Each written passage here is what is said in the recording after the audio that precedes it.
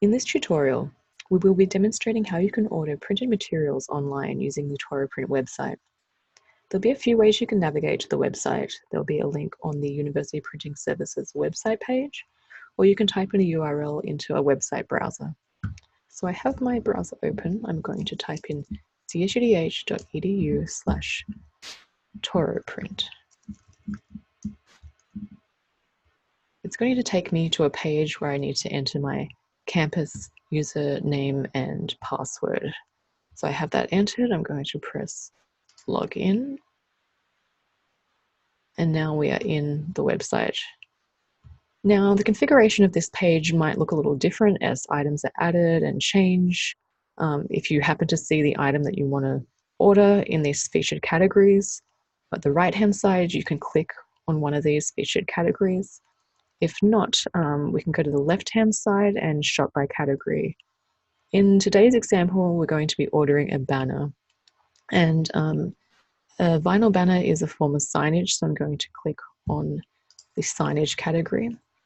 And I want a vinyl banner rather than a poster, so I'm going to click on the banners. And that is the item I want, so I'm going to click on Buy Now. Now, a pop-up window is going to open, and it's going to allow me to build my project. So I'm going to first add the files that I want to print. I'm going to click on Add Files. If I had already saved my files from a previous project, I could navigate to Save Files, but this is the first time I'm printing this, so I'm going to click on Upload Files. If you're unsure about the file type that you can upload, just click on Supported File Formats and you can see all the file formats that we are able to accept. So I'm uploading.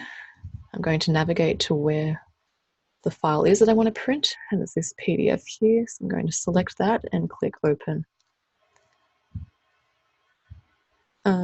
I don't think I need to save it, so I'm not going to click Save to my files, but you have that option. And I'm going to, actually, this file is already a PDF, so it's not going to ask me if I need to convert to PDF, but if you'd uploaded a Word document or something, we'd recommend selecting Convert All to PDF. I'm going to click Upload, and once it's finished completing, it'll say that the upload has been successful, and then I can click Done. And it's going to generate a preview of my project. And there it is.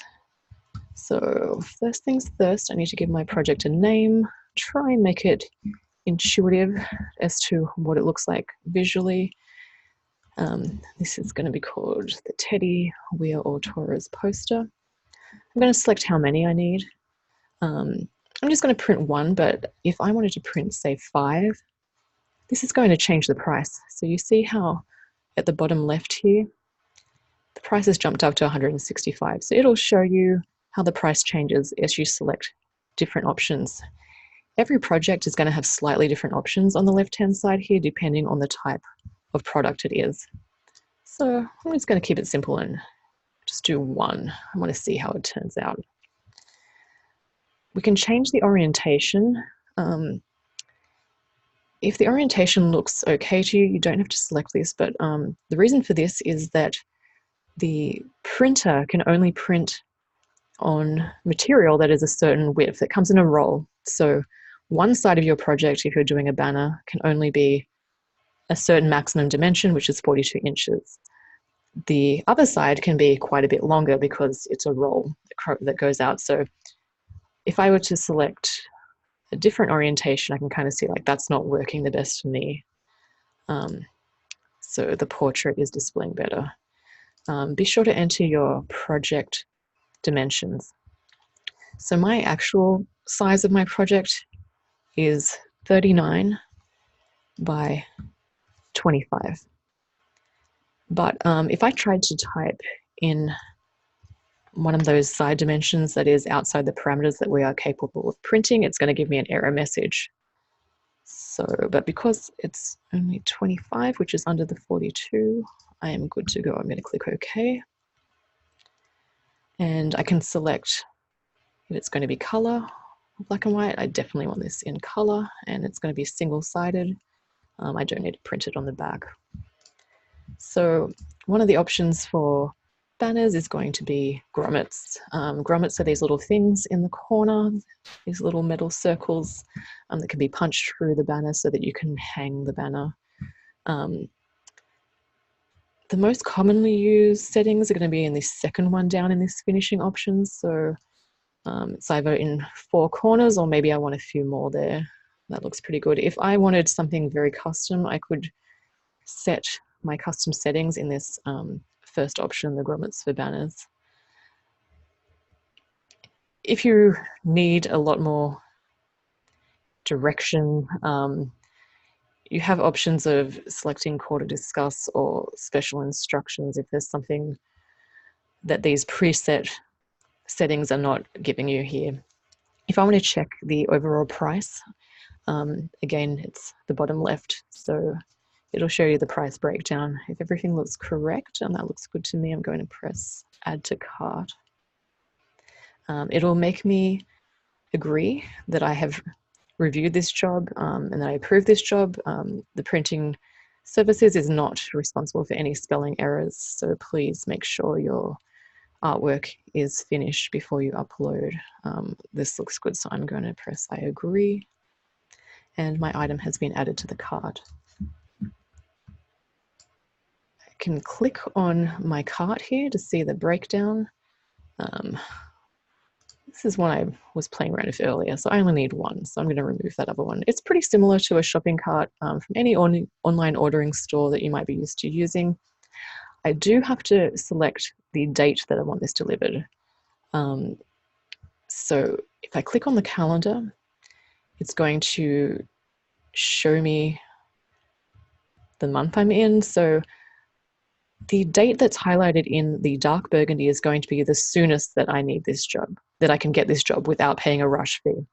You can see that if I want this earlier than this date, I can choose one of these dates in, like here it's the 18th or 19th, but then I'm going to have to pay a rush fee. So if you need something early, that's something you can do.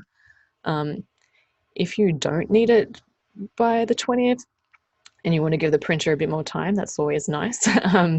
You can select a later date, and that's fine as well. And I don't need this. My event is in December, so the 28th is fine for me. I'm going to choose that, and it'll only show dates where the University Printing Services shop is open. So that looks good. I'm going to click save. Oh, we'll see. That's a holiday. That is Thanksgiving. So it's going to give me an error message, and I can't print on that day. All right, I tried to be nice, but I'm going to get it on the 22nd.